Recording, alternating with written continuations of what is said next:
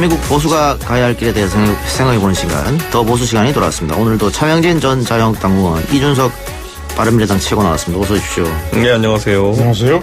예. 자, 이준석 최고 내일 하태경 의원과 함께 오마드를 해부한다 토론회를 개최한다고요? 그렇죠. 예, 여기에 이준석 최고, 오세라비 작가, 노영희 변호사, 예. 전혜선 방통위 인터넷윤리 팀장. 예. 저는 왜 안 불렀습니까? 제가 3년 전부터 오마드랑 싸우고 있었는데. 좀 제대로 싸우세요. 뭐 싸우고 나서도 아무도 싸웠는지 모르는 그런 티 안 나는 싸움 혼자 네. 어디. 아무도 관심 없을 때 혼자 싸웠거든요. 예. 어쨌든 그런데 저희가 이거 외에도 두 가지 주체에 더 이제 참석 요청했거든요. 첫째로는 이제 워마드 회원들 저기 요청했고, 둘째는 이제 여가부 참석을 요청했거든요. 예. 근데 여가부 쪽에서는 올 수 없다라고 예. 이렇게 이야기했어요. 그러니까 사실 주무부처가 여가부인데 국회에서 이 문제에 대해서 토론회 하는 데 대해 가지고 여가부가 불편하게 생각하니까 여가부 자체가 편향되어 있다, 이런 인상을 저희는 갖게 됐습니다. 그리고 예. 워마드 쪽 회원들도 저희는 사실 오프라인에 나타나실까 하는 생각했는데 어제 당당하게 오히려 제 얼굴을 당당히 공개해 주십시오 하면서 나오는 분이 있었어요. 그래가지고 저희가 내일 토론회에 모셨습니다. 제가. 지금 민주당 또 대통령 지지율이 20대에서 특히 20대 남성에서 낮아졌다. 네. 그래서 바른미래당이 지금 오마드 공세를 펴는 것은 그 20대 남성 지지층을 모으기 위한 전략 아니냐, 이런 시각도 있던데. 근데 이게 아까 이 작가도 그랬듯이 저도 9월부터 했어요. 예. 그런데 그 이수혁 사건이라고 11월 돼서 터진 거 있잖아요. 예. 그때 이제 제가 하고 있던 이런 노력들이 알려져서 그런 거지. 사실 20대 지지율이 빠지고 이런 거 하기 전부터도 저는 이제 젠더 갈등이라고 하죠. 예, 예. 이제 성 갈등이라는 것을 잘 다루지 못하면은, 과거에 보세요. 우리 지역 갈등이 초기에 태동할 때 그때 제대로 잡지 못하고 오히려 정치인들이 그걸 이용해 먹으려고 하는 바람에 망국적으로 한 30년 동안 그 때문에 고생한 거 아닙니까? 예. 근데 뭐 제가 봤을 땐 노무현 대통령 당선되신 이후로 지역 갈등이라는 건 이제 좀 주제에서 벗어났어요. 이제 보면은 어느 정도 좀 젊은 세대에서는 완화되어 있는 추세고, 그래서 저는 이제 젊은 세대 2030 세대의 갈등은 두 가지가 될 것이다. 첫째 젠더 갈등, 두 번째가 그 수저계급론. 예. 여기에 따른 이제 상대적 박탈감에 의한 갈등인데, 지금 차명진 의원님 옆에서 지금 이해가 안 간다는 표정을 짓고 계세요. 아니, 차명진 의원님도 지역 갈등은 한마디도 안 했네. 네. 지역 갈등은 그대로 맞으시는 세대고, 근데 지금은 지역 갈등보다는 이준석 최고 얘기한 이 남녀 갈등 문제, 또 세대 갈등, 젊은 층과 노년층 간의 갈등이 심해지고 있거든요. 그러니까 갈등이 옮겨가는 양상이에요. 갈등이 사라지는 게 아니고. 저는 특히 이 남녀 갈등 문제는 귀하들이 생각하는 것만큼 이슈가 안 될 거다. 이슈가 안 될 거다. 네, 왜냐하면 남녀 관계는 서로 어떤 이 갈등보다 서로가 공동 이해가 훨씬 많다. 예, 그래서 이건 안 될 거다. 다만 이제 현재 이 오마드라는 특별한 단체가 현재 사이트. 일정하게 이제 페미니즘을 좀 과도하게 좀 표출한다고 그러는 것 같은데, 예.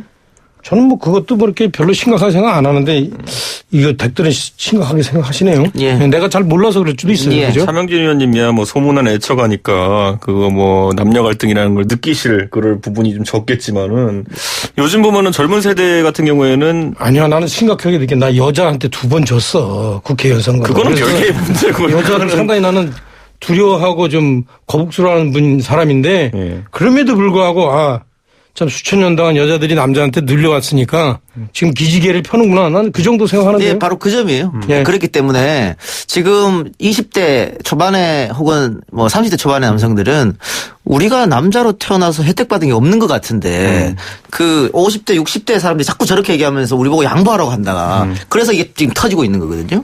그래요? 나는 양보하라고 한 적 없어요. 예, 나는 예. 군대 갔다 온 거 가산 좀 줘야 된다는 주장이에요. 예. 그런데 저는 이제 봤을 때 결국에는 워마드를 저희가 이제 혐오 집단을 규정했더니만은 저한테 바로 돌아오는 반박이 뭐냐면은, 너희는 그럼 일배를 옹호하느냐 뭐 이렇게 얘기하거든요.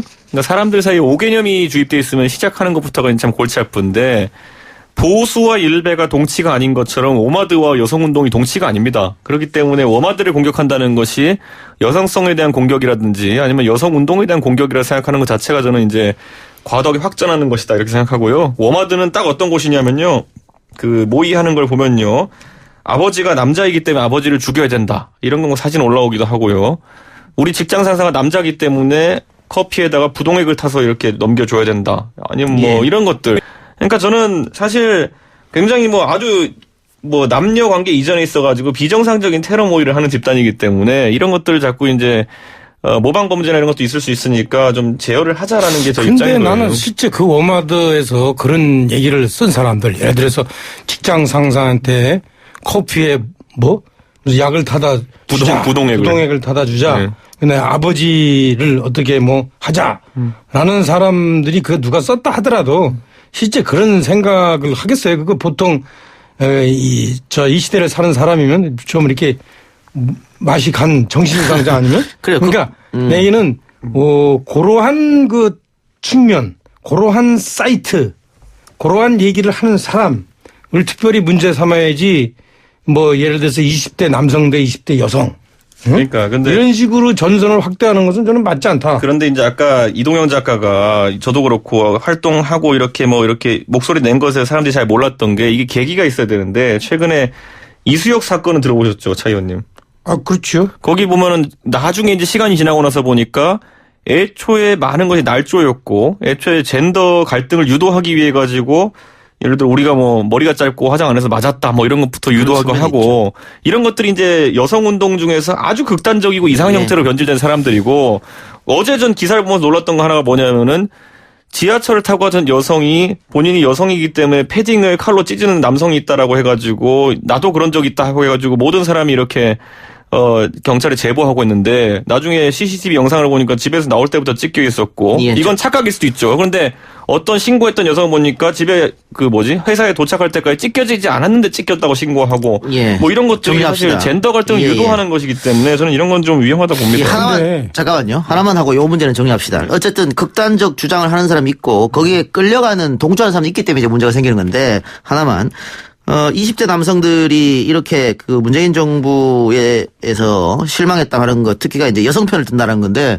이준석 최고는 여기 주장에 그 동의합니까? 문재인 정부가 정말 여성 편을 든다고 생각하십니까? 저는 여성 편을 든다고는 보지 않고요. 예. 다만 여성가족부가 이번 정부 들어가지고 좀 기이한 활동들을 많이 합니다. 예를 들어 국민연금에 있어가지고 국민연금은 국민의 노후인데 그것에 대해서 여성 임원이 많은 기업에 국민연금을 많이 투자하겠다 이런 것들 사실 뭐 일부 학설일 수도 있고 일부 컨설팅 회사에서 그냥 주장하는 바일 수는 있겠지만은 그걸 전 세계적으로 규모로 봤을 때 몇 등 안에 드는 우리 국민연금을 가지고 그런 소위 말하는 장난을 친다는 거는 저는 이거는 지난 정부들에서 없었던 얘기인데 너무 나가는 것이 아닌가 그런 지점을 많이 보고 있다고 봅니다. 예, 자유한국당이 해보죠.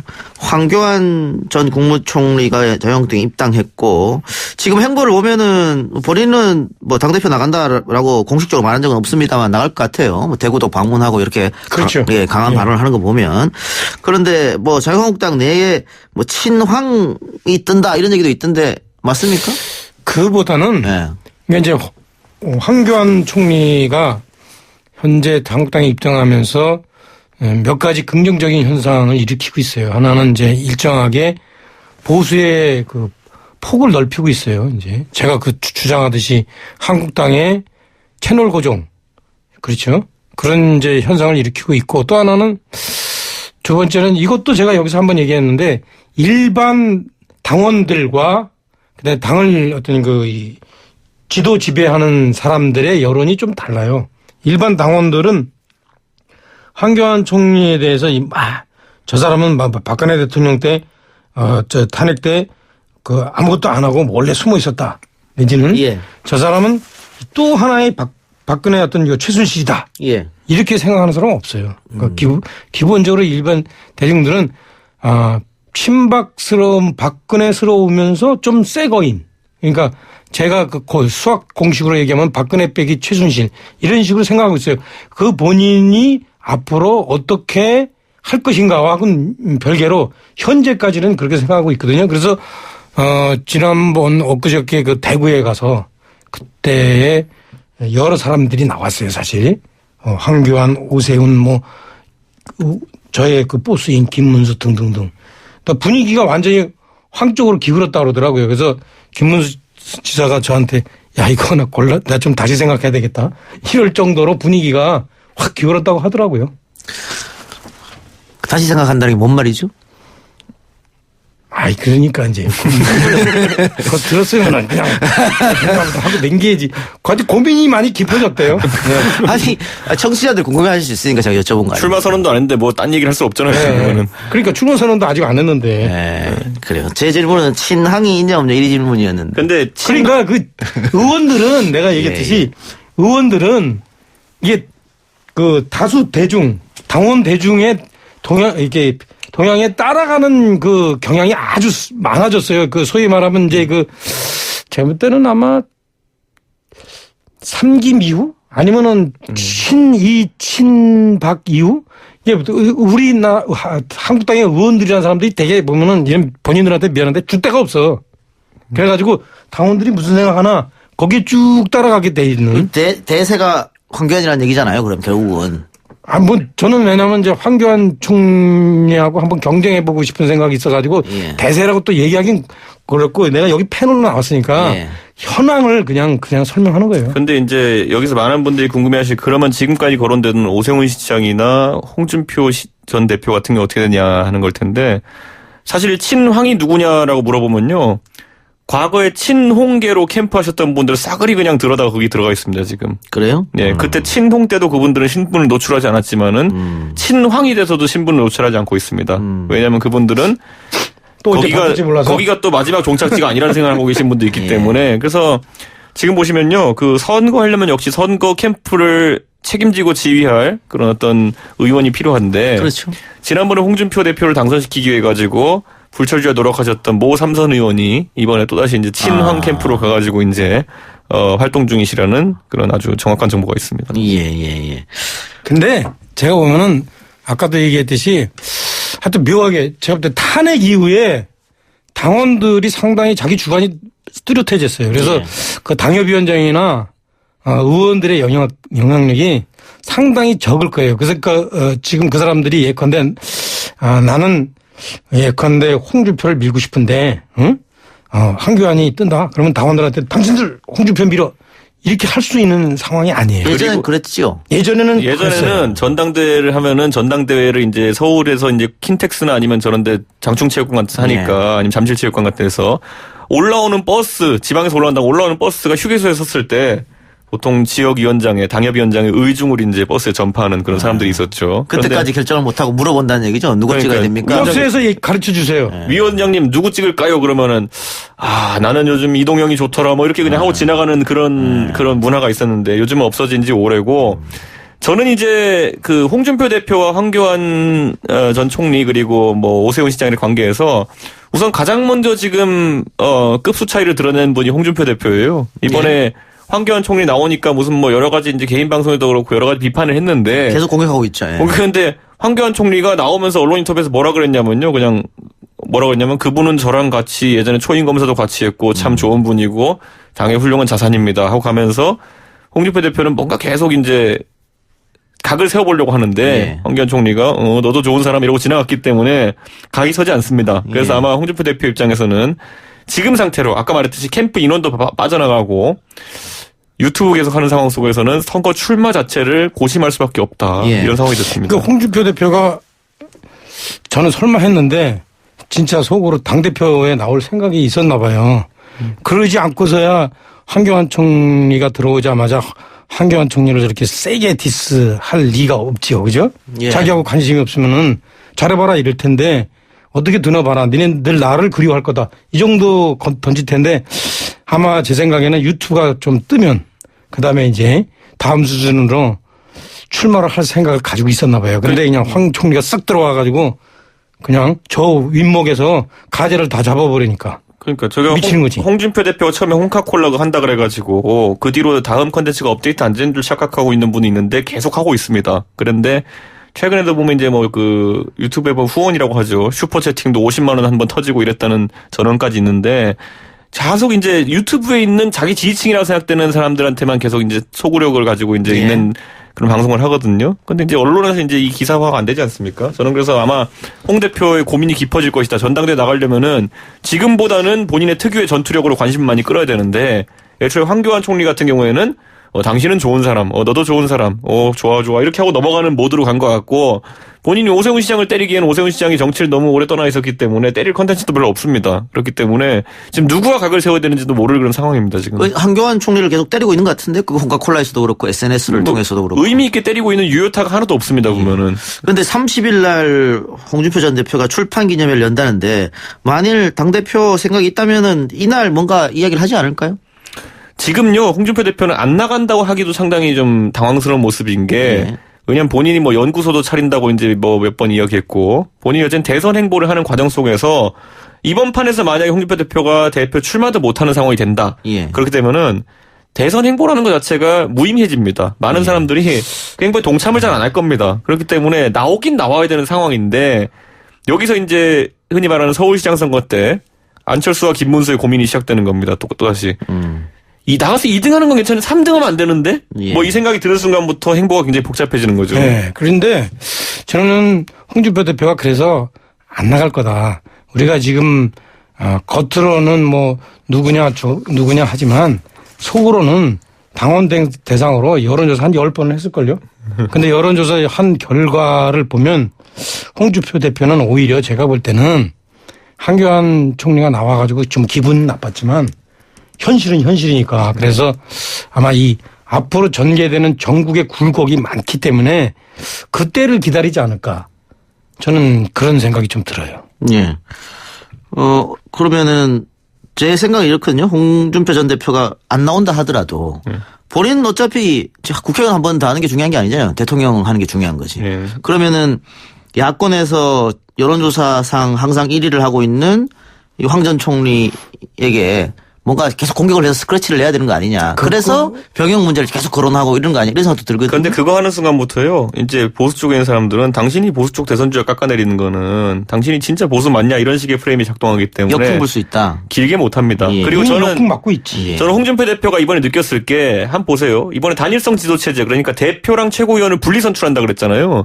홍준표 대표는 만약에 이게 분리선출이 아니라 1, 2, 3등 해가지고 최고위원까지 갈 수 있는 그런 선거라면 무조건 나갑니다. 근데 지도부에서 홍준표라면 그럴 것이라는 걸 너무 잘 알기 때문에 과거에 생각해 보시면은 이제 2011년에 안상수 대표 있을 때 보면은 그때 안상수 대표 되고 2등으로 이제 최고위원이 홍준표 최고위원이 됐거든요.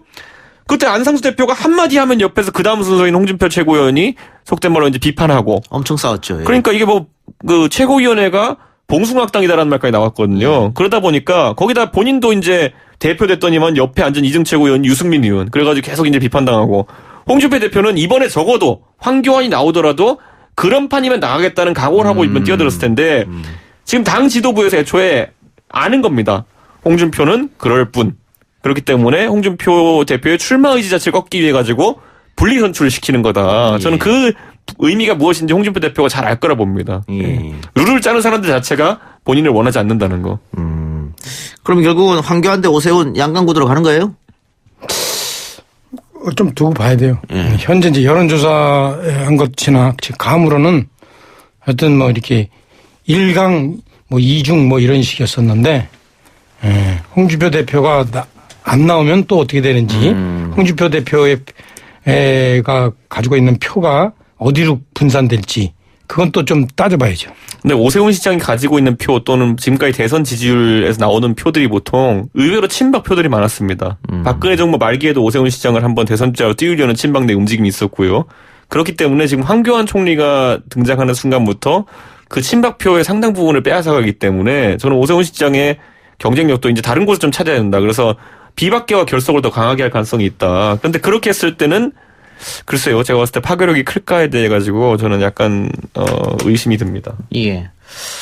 그 어제 황교안 전 총리가 대구에 내려갔는데 국정농단 사태에 대해서 나는 최순실이라는 사람의 실체를 몰랐다 이렇게 선을 그었는데 이게 일반 대중들한테 먹힐까요? 이거는 제가 봤을 때 뭐냐면 황교안 총리도 우리가 굳이 이력을 따져보자면은 2012년 영입 인사입니다. 무슨 말이냐면 선거 캠프에도 없었고 2013년 돼가지고 이제 법무부 장관 들어오면서 사람들이 알게 된 거거든요. 저도 2012년 인사지만은 최순실의 주 활동 시기는 그 전입니다. 보면은 그 정윤회와 최순실의 활동 시기는 나중에 대통령이 된 다음에 권력을 이제 남용한 것 그것은 대통령 집권 이유지만은 네. 이 사람이 얼굴을 실제로 드러내고 당내에서 여러 조정을 하고 이렇게 하는 모습을 보였던 거는 그 전이기 때문에 진짜 못 봐요. 그러니까 그렇기 때문에 그 황교안 총리가 한 말은 원리 원칙대로라면 맞는 말입니다. 못 봤다. 그런데 반대로 이제 보면은 아니 못 봤다 하고 모른다는 건 다르잖아요. 1인지하 그러니까 만인지상의 총리 지냈기 때문에 네. 이런 힘들이 작용하는 걸 몰랐냐고 하는 것에 대해 가지고 많은 국민들이 그래도 뭔가 알지 않았겠냐. 예를 들어 최소한 우병우 사단이나 이런 것에 대해 가지고. 그러니까 제 생각엔 이렇게 봅니다. 황교안 총리가 최순실이라는 사람을 만나거나 직접적으로 그를 대면했을 가능성은 거의 없습니다. 네. 제가 봤을 때. 네. 그러나 그 이후에 어떤 돌아가는 걸 보면서 그런 어떤 카르텔이 존재한다는 거는 감지했을 가능성이 예, 있습니다. 예, 그래서 예. 그거에 대한 질문은 계속 들어올 겁니다. 예. 근데 황교안 총리 문제뿐만 아니라 현재 우리가 좀 이렇게 거의 뭐 다 파서 많은 사람들이 알 정도가 됐기 때문에 한번 돌이켜 보면은 사실은 이제 그 탄핵과 관련돼서 책임을 물을 때 최순실을 아느냐 모르냐 이 부분은 사실 이제 거의 국지적인 문제가 돼버렸어요. 왜? 너무나 내밀하게 최순실 씨가 작용을 했기 때문에. 그래서 지금 얘기한 우병우 씨에 대해서는 뭐 의심은 되지만 그 확증이 없잖아요. 그죠? 그렇죠. 예. 그럼 나머지는 뭐냐? 그러면은 결국에는 탄핵에 대해서 어떤 역할을 했냐? 국회 탄핵할 때. 또 내지는 가장 거슬러 올라가서 그 20대 총선 공천 때 어떤 역할을 했냐? 저는 이 부분으로 모아진다고 보는데 그럴 경우에는 황교안 총리야말로 가장 박근혜 정부에서 높은 자리에 있으면서도 가장 사실은 잘 모를 수 있는. 아니, 원래 우리가 예. 총리는 허수아비라고 생각하잖아요, 다들. 아니, 그래도 국무총리 법무부 장관을 한 사람인데 못 봤다는 건 이해할 수 있어도 모른다는 거면 오히려 반대로 그럼 무능하다는 게 아니야 이렇게 그러니까 할 수 우리가 있잖아요. 이렇게 할 수 있는 게 뭐냐면은 지금 보면은 그 소위 말하는 성균관대학교 출신 인재들이 많이 승승장구했다는 게 박근혜 정부의 특징이었거든요. 예, 예. 그렇다면은 그 성균관대 인맥 중에서 예를 들어 안정권 교수라든지 이런 사람들이 최순실 사단과 연계가 있는 것처럼 이제 다 보도가 나왔는데 그렇다면 황교안 총리도 그러면 그 적어도 카르텔을 알고 있었냐 또는 거기에서 인사적인 도움 받은 게 있느냐 이런 것들로 구체적인 공격을 들어갈 수는 있겠죠. 그런데 아까 차 의원님 말한 것처럼 이 선거에 정작 투표하게 될 자유한국당 지지층 같은 경우에는 그게 관심이 없어요. 예, 이 사람의 이제 그러니까 이게 여론의 공격성은 들어갈 수 있겠지만은 그래서 이 부분에 대선 주자로서의 어떤 확장력을 공격할 수는 있겠지만은 이번 전당대회 선거에서는 그렇죠. 공격하면 할수록 이분은 아니. 정통성이 강화됩니다 오히려. 저도 그 부분에 대한 동의를 하는데 네. 지금 이렇게 최순실이라는 사람을 모른다고 선을 긋기 때문에 만일 황교안 전 총리가 자유한국당 후보로 대통령에 나선다고 하면 후에도 계속 난 모른다는 스탠스로 가야 될 거잖아요. 그렇게 하겠죠. 결국 그때 가서 그게 먹히느냐. 그러니까 확장력에는 그게 어떻게 영향을지 그거는 모르겠습니다. 이제 근데 그 팩트 문제 아니에요? 예. 우리가 그러니까 지금 제가 이렇게 쭉 정치를 해보면 프레임이 일시적으로 먹힐 수 있어요. 하지만 중요한 거는 팩트 그대로. 예컨대 뭐 최순실과 황교안 총리가 별도의 어떤 만남이 있었다든가 같이 골프를 쳤다든가 아니면 뭐 예를 든다면 최순실과 황교안 총리가 무슨 서로 인사 문제에 대해서 예. 주고받았던가 예. 하면 모를까. 예. 그것이 아닐 경우에는 제가 볼 때 그 공격은 별로 무의미한 거의 그 헛발질의 공격이죠. 예. 근데 이번에 이제 통합진보당 관련해서 황교안 총리가 한 말이 오히려 저는 약간 이제 공격의 대상일 수 있다 보는 예. 게 지금 이제 양승태 대법원장에 관해 가지고 통진당 재판 같은 경우에도 개입됐다는 얘기가 나오잖아요. 그래서 지금 황교안 총리의 이 전당대회 급격한 출마를 놓고 여러 설이 있지만은 어쨌든 이 문제에 대해서도 적극적인 해명을 해야 된다는 얘기가 지금 나오고 있거든요. 근데 그 부분에 대해서도 자유한국당 지지자들은 문제 없다고 생각할 것 같은데요? 오히려 바꾸실 것 같은데? 그러니까 여기 이런 거죠. 그러니까 이런 게 아까 말했던 정치적인 문제라 가지고 알았냐 모르냐 문제면 그렇게 넘어갈 수 있는데 예. 이거는 또 형사적인 문제가 들어가 있지 예, 않습니까? 그래서 양승태 대법원장이 구속되고 만약에 거기에 대해 가지고 부차적으로 그러면 어떤 행사를 했다면? 누구와 상의했냐 통합진보당 해산과 관련해서는 그거는 누가 봐도 그 당시에 청구인이 법무부 장관 아니었습니까? 예. 그렇기 때문에 그런 부분이 있다면은 그거는 형사적인 문제랑 약간 다릅니다. 근데 그래서, 이준석 씨 예. 제가 이제 그 얘기에 대해서 꼭 짚고 넘어야 되겠는데 만약에 현재 정부의 그 적폐청산에 대한 어떤 접근 그런 방법 같은 거를 우리가 이렇게 놓고 봤을 때 황교안 총리가 그런 사법농단과 관련해서 어떤 끈이 있었으면은 지금쯤 안 나왔겠어요? 그죠? 지금 아시잖아요. 적폐청산에서 그야말로 뒤지고 또 엎고 흔들고 다 하잖아요. 그런 상황에서 예컨대 황교안 총리가 어떤 재판 거래를 했을 어떤 가능성이 있다라고 얘기하는 것 자체가 저는 만약에 이게 한 1년 전에 그 얘기를 했으면은 뭐 글쎄 한번 봅시다 하지만 지금은 저는 그 얘기 자체가 별로 의미가 없는 얘기 같아요. 그렇잖아요. 알겠습니다. 저기 다른 얘기로 넘어가기 전에 청취자 의견 하나 있네요. 마포구 마포대로님께서 이부망천 정태욱 의원이 자한당에 복당했다고 하는데 차명진 의원 의견 듣고 싶습니다. 부천이 지역구잖아요. 차명진 의원. 복당했다고. 나는 이제 미치는 거지. 하여튼 뭐 왜 그래 지금 김용태? 응? 실명 토크는 이제. 김용태 이 친구 지금 내가 보니까 안 되겠던데. 아니 이번에 자기가 자기 어떤 그 당협위원장직을 벗어 던진 것까지는 내가 박수를 막 쳐줬어요. 근데 그 이후에 그거를 미쳐 삼아서 너무 많이 좀 제가 볼 때는 전횡을 하는 것 같아요. 이렇게 보면은 막 여기서 떨어진 사람 딱 저쪽에다 갖다 꽂질 않나. 개인적으로는 대학 후배 아니세요? 후배이죠. 그리고 본인도 저를 존경하는 선배라고 그러는데 아니 이 친구 그 이부망천을 또 왜 복당을 시켜가지고 거기 이 친구가 나 뒤로는 나를 뭐 물먹이려고 작정한 것 같아. 하여튼 저는 그 생각이 좀 들어요. 요즘에 그 문제에 또 치사하게 그것도 물어봐요. 그걸. 아니 질문이 청취자 질문 와서 제가 여쭤본 거예요. 제가 여쭤본 게 아니고. 그래서 뭐 아니 언론에서도 슬그머니 복당했다 이런 얘기가 많더라고요. 아이 그냥 갑시다. 나도 힘도 없는데. 네 그냥 가죠. 예. 그냥 가고. 자 지금 이준석 최고 택시 자격증 땄다고요? 네, 땄어요. 네. 땄는데 이제 교육을 이제 이틀 동안 받아야 되는데 다음 주에 받는 거죠. 아직 그러면은 본격적으로 드라이빙은 안 했고. 그게 운전을 하려면요 교육 받아야 될 것들이 좀 있어가지고. 예. 그런데 뭐 제가 하면은 주 6일로 저는 제대로 할 거라서. 예전에 그러면은 예. 힘들어요. 그러니까 나는 내가 권고하기를 예. 왜냐하면 내가 그 김문수 지사 그 운전하는 거 봤더니 예. 사실은 한 사람이 예. 한 2시간 이상 운전하면은 예. 판단력이 잘 안 서요. 우리 택시기사들이 보면 오히려 신호 안 지키고 차선 잘 안 지키잖아요. 그렇게 말씀하지 마세요. 그런 경우들이 방송에서. 미안합니다. 네. 그런 경우들이 종종 있는데 그게 왜냐면 이게 좀 중간에 안 씌워주는 사람의 경우에 그런 일들이 발생해요. 그래서 저는 좀 권고하는 게 예. 조금씩 늘려가라. 예. 근데 뭐 저는 이제 잠깐만요. 방금 이야기한 것은 전체 택시가 얘기가 아니죠. 그렇죠. 못 쉬는 경우에 그럴 수가 있다라고 하는 거죠. 예. 실제로 그래서 휴식해가면서 해야죠. 한 3시간에 한 번씩 휴식하라는 얘기를 그렇죠. 하는데, 예. 저는 그런데 사실 4차 산업혁명 시대에 결국에는 택시 산업 모르고 나서는 우리가 그 우버니 아니면 타다니 뭐 아무리 이런 새로 나온 서비스들을 뭐 도입하자는 얘기가 나와도 이게 서로 이해를 못해요, 서로. 예. 그러니까 택시 운전하시는 분들도 나름의 고충이 있는 것이고 지금 제가 봤을 때는 제가 한다고 했더니만은 제가 취업할 회사의 이제 노조위원장님이 하신 말씀이 뭐냐면은 가서 이제 저녁 타임에 꼭 한번 해보라고.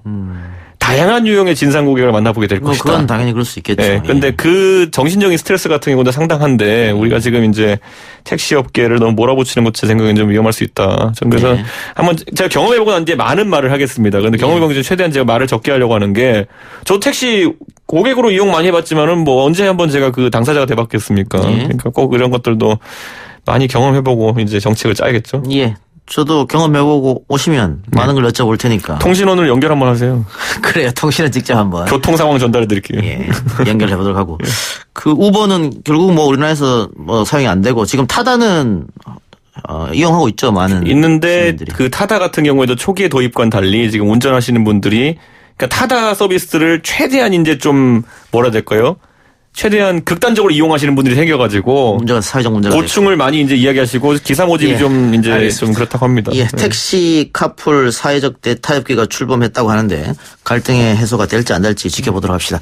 두 분 말씀 오늘 여기까지 듣고요. 저희 다음 주에 뵙죠. 수고하셨습니다. 예, 감사합니다.